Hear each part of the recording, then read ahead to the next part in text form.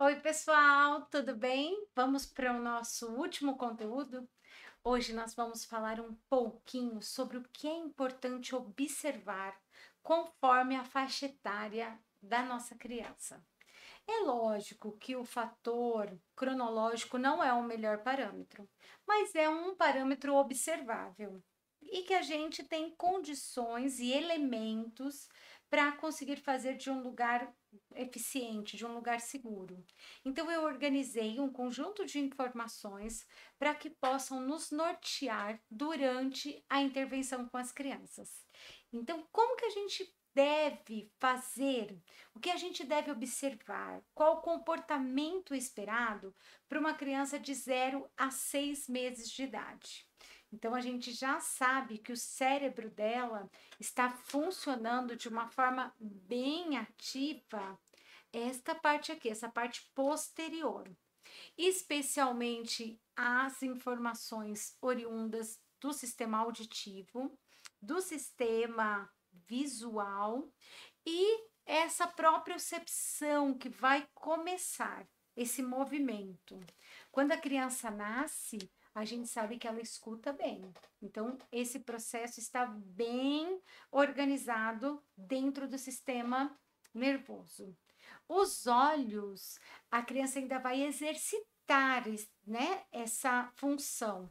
Por isso que a criança mexe tanto as mãozinhas na frente dos olhos, para que possa ver as mãozinhas.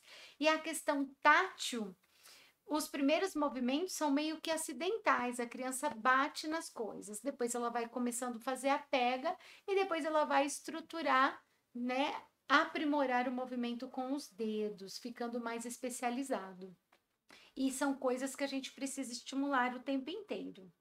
Do ponto de vista elementar, que nós não podemos esquecer precisamos treinar os músculos dos olhos para que possa sustentar a bolinha do olho, que é o bulbo ocular, para que o olho possa fazer diferentes movimentos para baixo, para cima, para um lado, para o outro.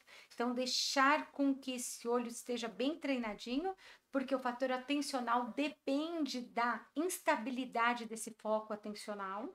Então, é um elemento para a gente pensar com bastante cuidado e com bastante carinho.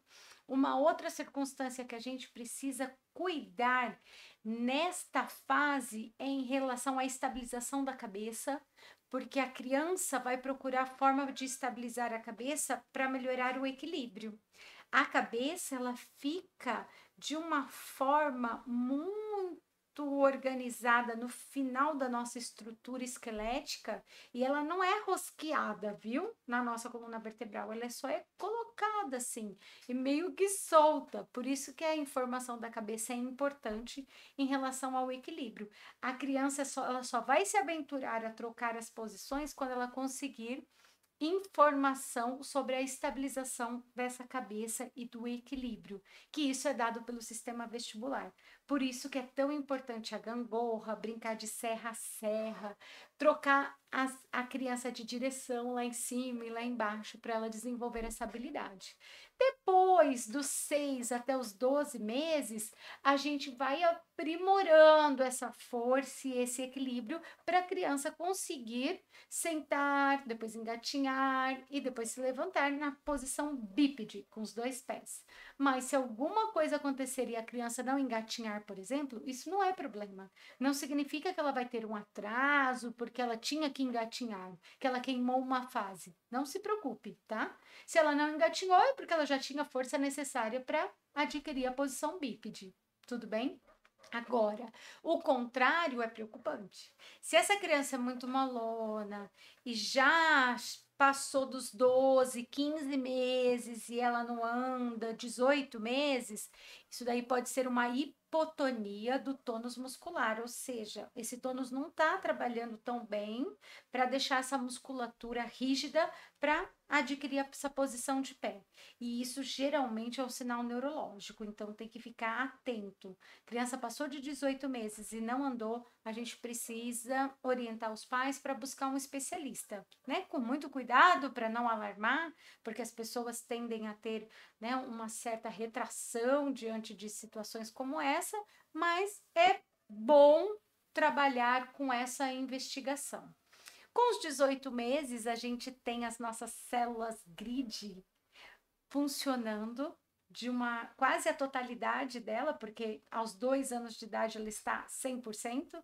Então, com 18 meses, a criança já começa a ter algum padrão de localização, que essas células grid são aquelas células do GPS interno, que a criança já se locomove de diferentes partes da casa, né? Já tem orientação para onde ela quer ir, do ambiente aberto, ambiente fechado. E o que mais é interessante nisso tudo, que esses são os primeiros processos cerebrais que vão amparar a matemática, por exemplo, porque todo o pensamento matemático ele é formado a partir de elementos concretos que avançam para conhecimentos abstratos. Por exemplo, ver 1 mais 1 que é igual a 2, né? Ver dois objetos, ó, um e o outro objeto. Isso daqui representam dois objetos, é uma situação concreta. Mas fazer um cálculo, por exemplo, 6 vezes 6, que é 36, já exige um pensamento abstrato. Eu não tenho 36 colheres aqui, né, para eu ter essa representação. Então, observa que a matemática começa lá, com 18 meses. Não é demais? É muito interessante esse aspecto, do quanto essa base é essencial para os processos que vêm logo a seguir. E com 2 anos de idade, ó, é a fase da fala. Por quê?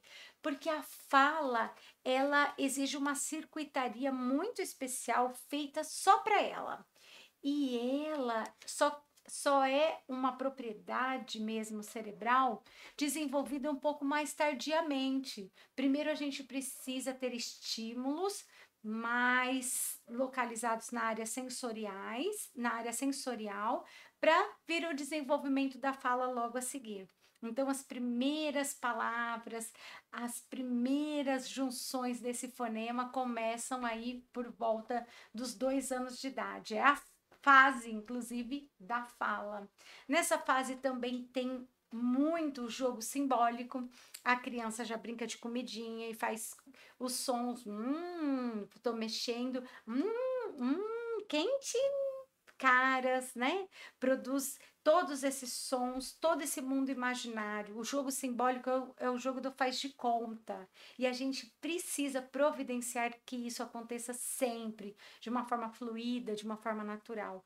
Porque é isso que vai dar a base para o pensamento real, para depois a criança entender o mundo real. Então, esse mundo imaginário sustenta, né? Faz o alicerce do mundo real que vem logo a seguir, para entender as regras, entender as interações sociais e tantos outros processos. Nessa situação também de 2 anos, a criança já consegue entender bem os elementos psicomotores. Quando a gente fala de psicomotricidade, nós estamos falando de 3 grandes áreas. A primeira, a motora, a segunda é a área cognitiva e a terceira, a área psicológica. Um exemplo de psicomotricidade é dentro, fora, alto, baixo, em cima, né, embaixo. A criança já tem massa encefálica para entender essas relações.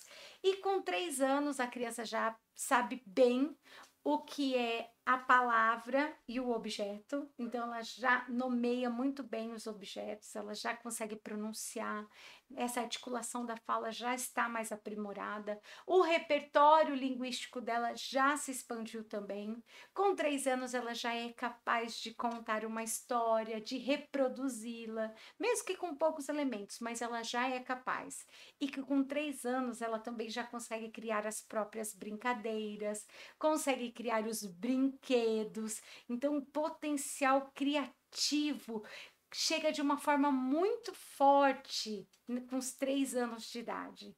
E querendo, né, puxar um pouco para aquela informação mais conceitual, com 3 anos de idade, nós temos já 1/3 dos neurônios espelhos formados. E os neurônios espelhos são aqueles responsáveis pelos processos de empatia, de imitação, por alguns processos da mente. Então, são os neurônios que se desenvolvem a partir das interações sociais. Essas interações sociais, o cérebro está pronto para vivenciá-las a partir dos 2 anos de idade. onde o cérebro já explorou bem a questão do eu, a criança já se entende, ela já sabe para que funciona essa mão, a representação social dessa mão e o significado, e depois dos 2 anos ela já consegue entender o outro e o nós. Eu fico por aqui, agradeço toda a colaboração de vocês durante esse curso, todas as trocas, foi um momento incrível para mim. Eu adorei essa experiência, que a gente se veja em breve e que aqui fica marcado o início de uma amizade de trocas, uma amizade de cumplicidade, onde a gente realmente possa crescer juntos, um com o outro. Um beijão e a gente se vê logo logo por aí.